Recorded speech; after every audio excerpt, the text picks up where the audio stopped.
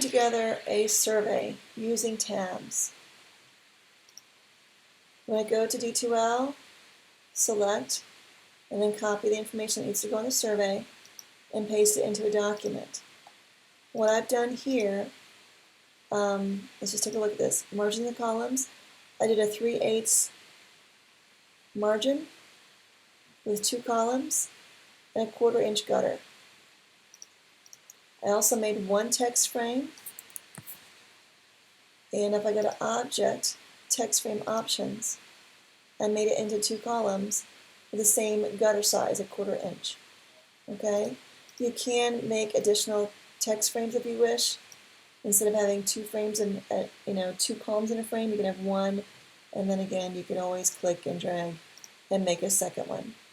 But I prefer to use fewer text frames than more. Okay? So when you pull it in here, it might be something like this.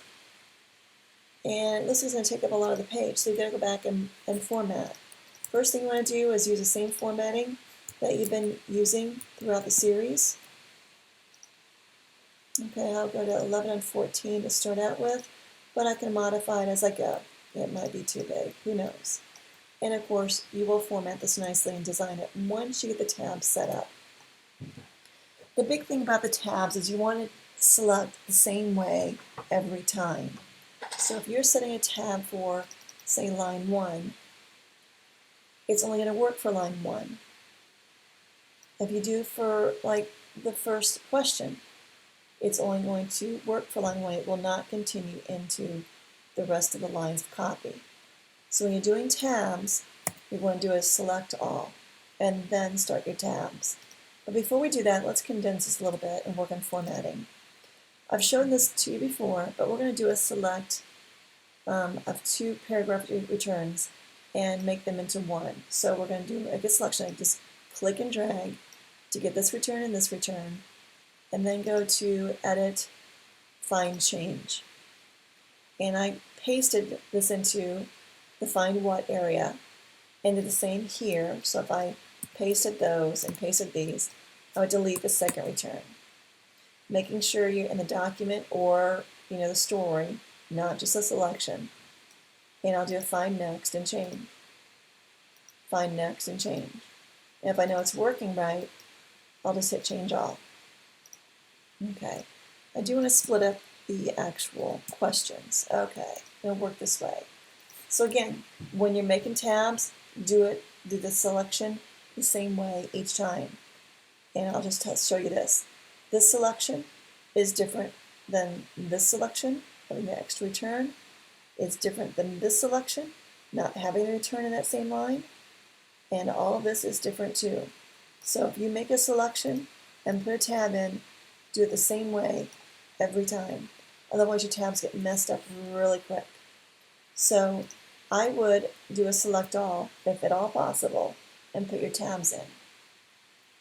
The simplest one that might work is if we just inset the tabs for the actual possible question or answers.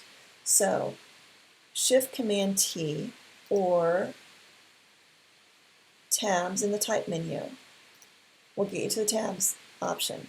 And it's really nice that this shows up nicely and aligns with your left column, and then you'll see this right triangle that ends with the right column.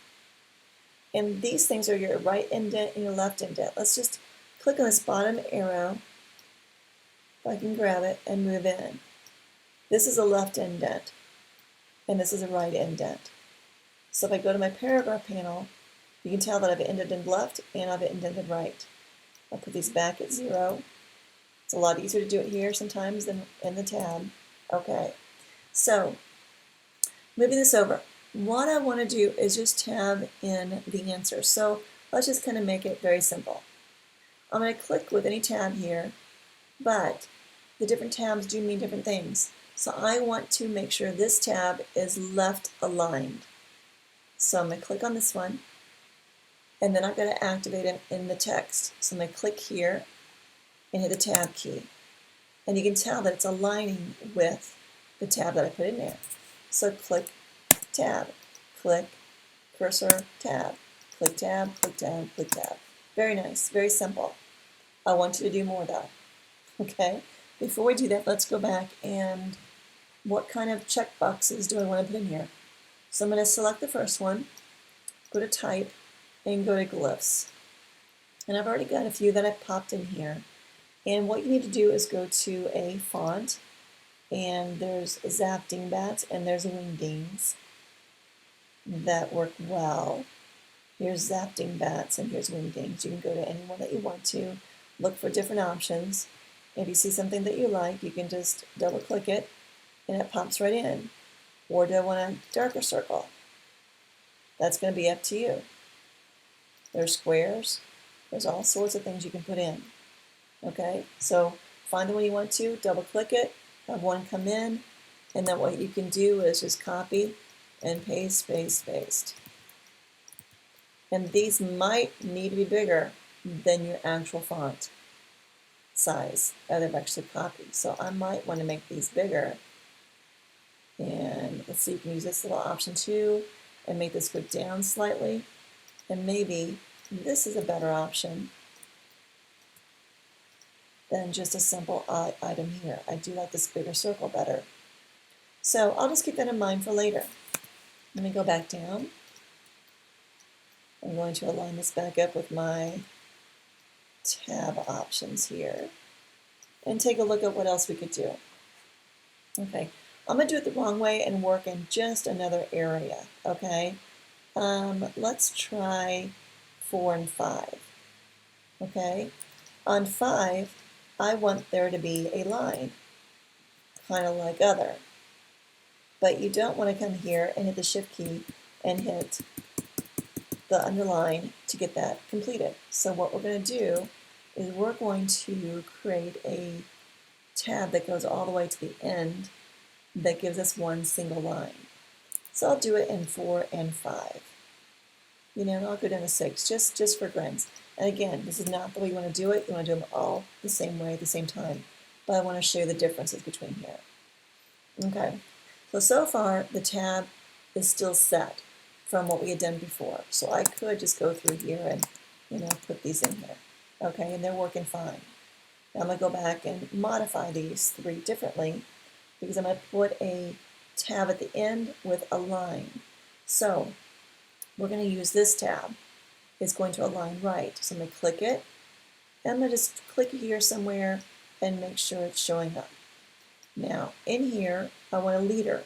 What precedes the tab? I'm going to click in here and hit the Shift, underline, and then hit the return to make sure it takes. So if I click here, this should show up properly. Now I'm going to move this over to the end. I'm going to stop slightly before the column guide. I sometimes have issues if I go all the way over. So I'll go there. Now you don't see anything because we've not activated anything in here. But if I click up to demonstrations and hit tab, and you can see that I click and tab and other again. I do not want those single keystrokes. I want to actually use a tab key. So here it should work too. Tab, return, tab. And I had tab twice because when I hit the return first, it went to the end. Then I hit the first tab and it went to left align, no leader. When I tab again, it goes to the next tab, which has a leader of a line. So that looks pretty cool. Now what happens if I start selecting things differently? You can tell, because I selected things differently, my tabs aren't showing up properly. Let me close a little bit further. Things should start, whoops, going, okay, so I don't have a tab here at all. Let's see, what if I go in here and I change the tabs for this line and I move this tab over? Well, it messed everything up, didn't it? Let me go to 6 and move it over a little bit. And now make a selection. Now you can kind of start seeing that tabs are getting messed up because they're not identical. Now they're blue, saying that things aren't the same. So it can really get really confusing, and that's why you want to set things up the same way all the time. Now my preference would be, since number 5 is where I'm gonna, number 4 and 5, let's do this. I think 4 and 5 I can probably do it the same. Yes, my tabs look pretty good. What I want to do, align this up again, is I would want this to be over here by the W, so it aligns nicely. But then I've got this line here where I would really like, to be aligned with the W and just have the numbers out to the left. Hope you're following me on this one.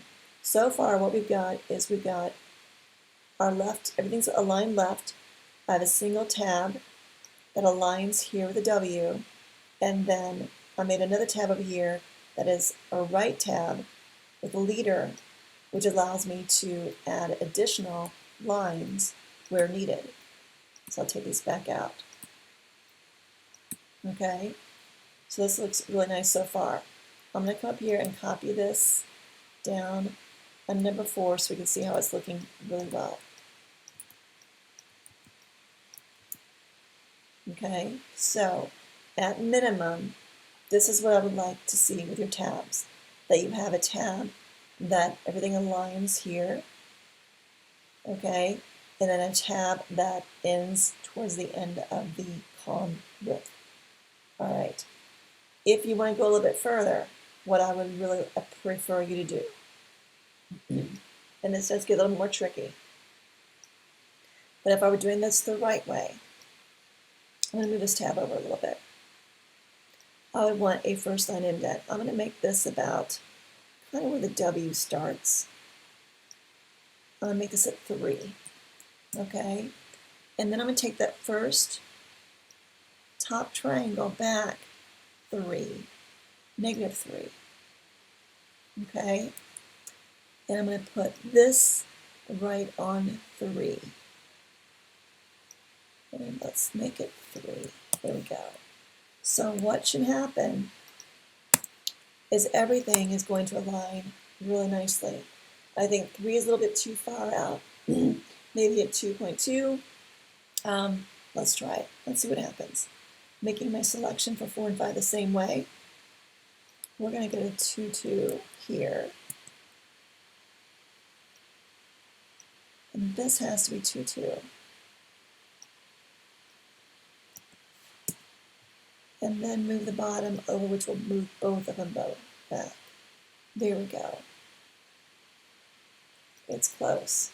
All right, so now it's looking a lot better, where you've got the numbers set out by themselves. You've got the W starting. Everything is nicely aligned then.